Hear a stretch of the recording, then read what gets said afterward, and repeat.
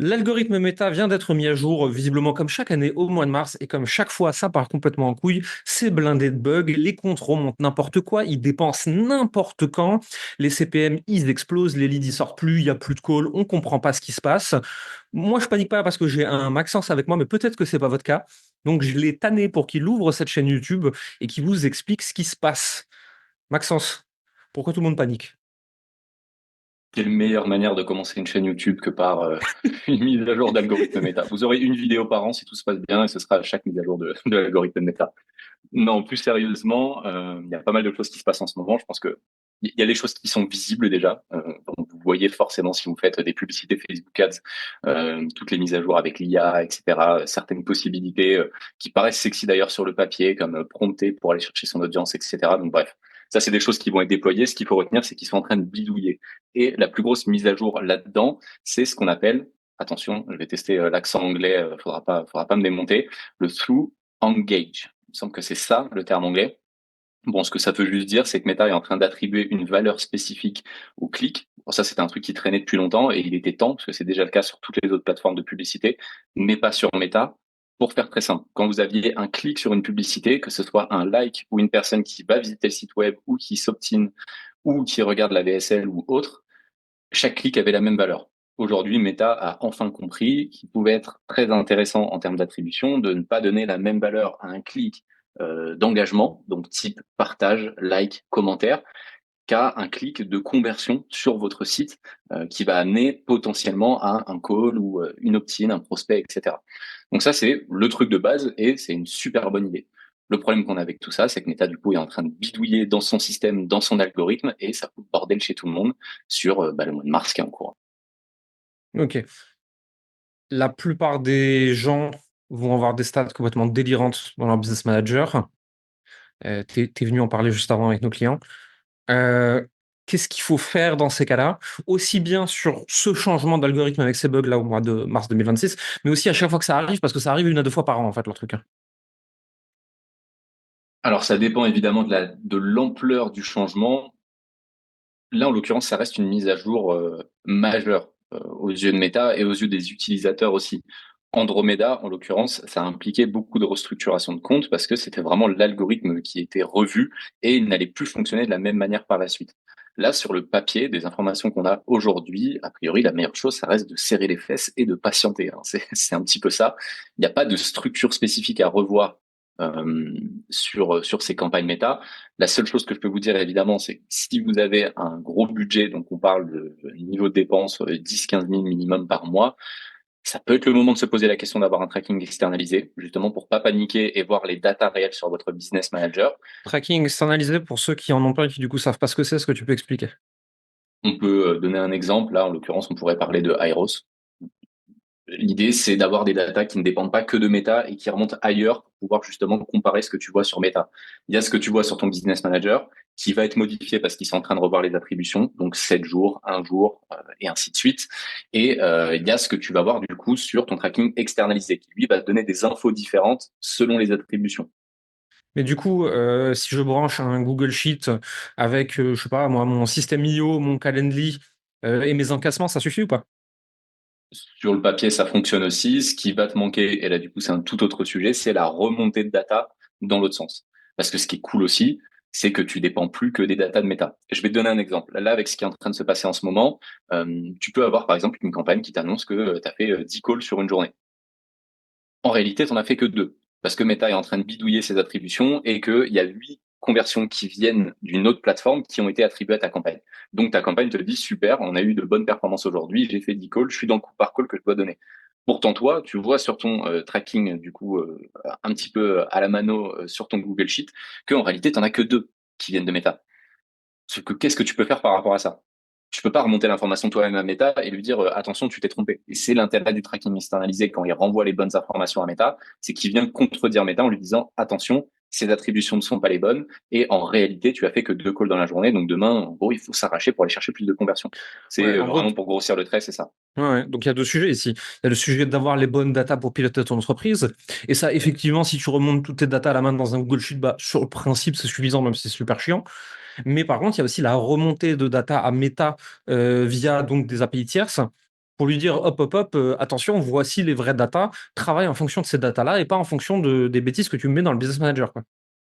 C'est exactement ça. Donc, ça reste mieux que rien d'avoir quand même des datas qui remontent proprement ailleurs, donc System.io ou peu importe, qui renvoie sur un Google Sheet.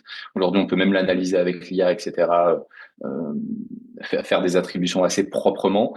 Le seul truc, c'est que vous allez faire les optimisations à la main. Et du coup, il faut croiser les doigts pour que ça fonctionne bien au moment où vous dites à Meta, cette créa sur laquelle tu attribues 8 calls sur une journée, en réalité, elle en a fait qu'un, donc je vais la cut et fais en sorte d'aller chercher de meilleures performances sur les autres.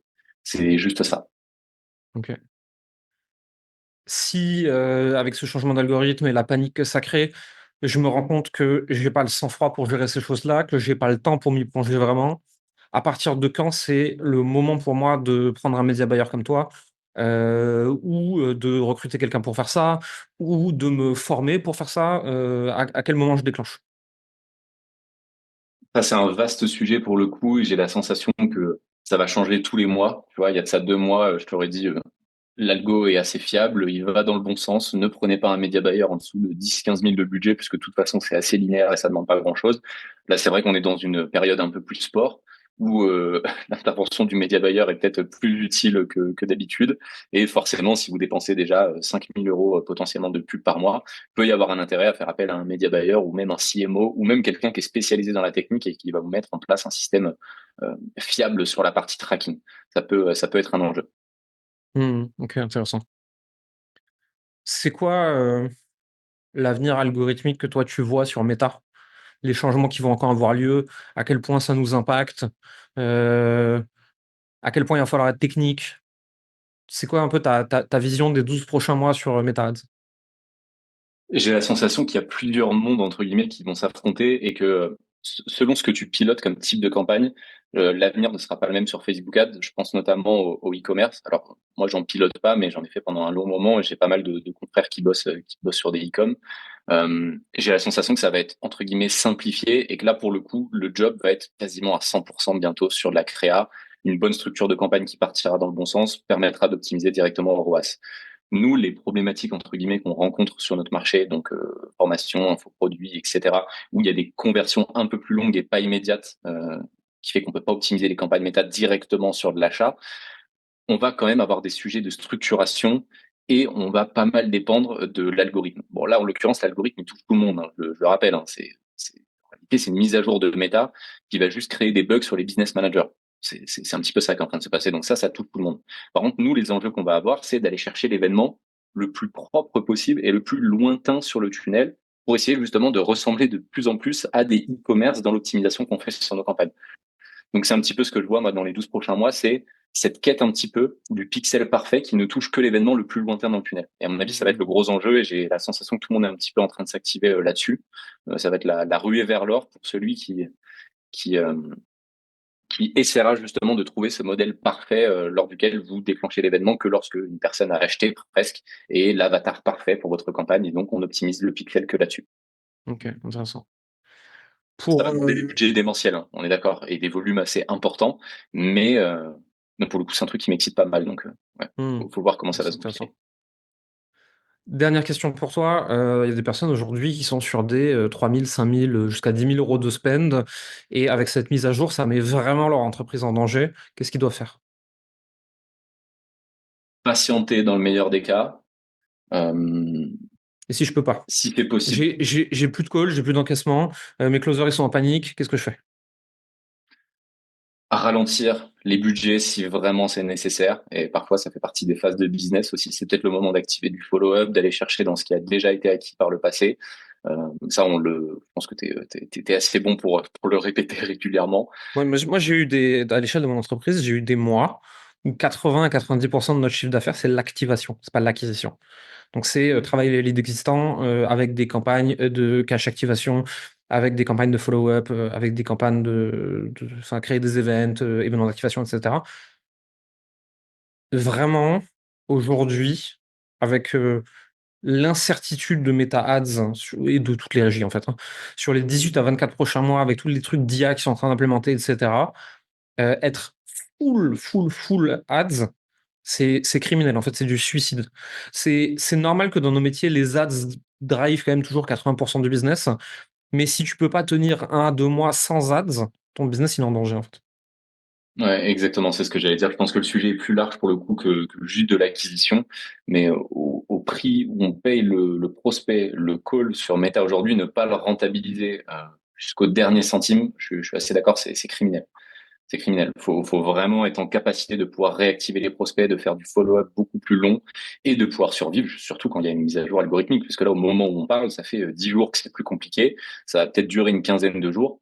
Si on a un business qui tient pas sur 15 jours parce qu'il y a une mise à jour de méta, on n'est pas à l'abri, à mon avis, cette année et pour les prochaines années. Ça, c'est une évidence. Donc, il y a un vrai sujet là-dessus. Il faut être en capacité de pouvoir presque cut les campagnes, repartir de l'avant quand ça redémarre, peut-être diminuer un petit peu le budget. Aussi, ne pas hésiter, ça vraiment c'est le sujet, on le répétera jamais assez, à activer tout ce qui est possible d'activer pour générer du call, autre que juste d'attendre le book automatique sur Meta.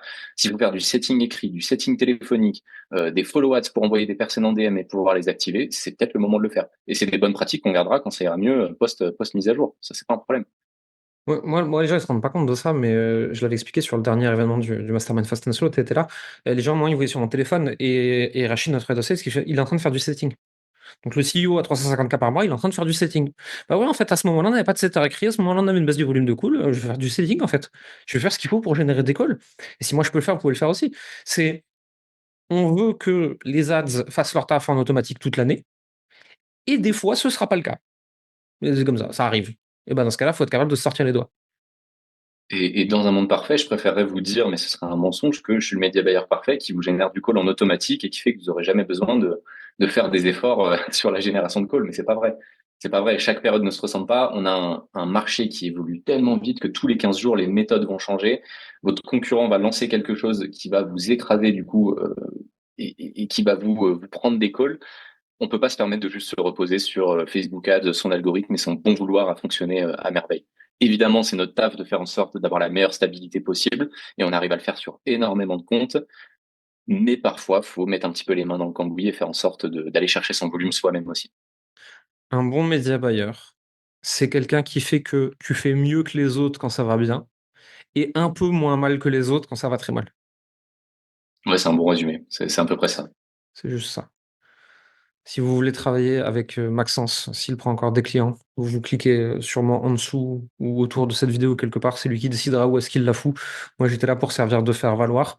Maxence, pour les gens qui nous ont écoutés, est-ce que tu as un mot de la fin, quelque chose que tu veux encore leur dire? Bon courage pour ces prochaines semaines.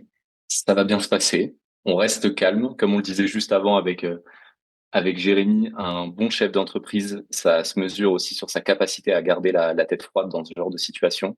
Donc là, en l'occurrence, on panique pas, on coupe pas toutes les campagnes, on s'enflamme pas en regardant des vidéos US d'un mec qui vous a expliqué la nouvelle structure qui va vous faire survivre à cette mise à jour.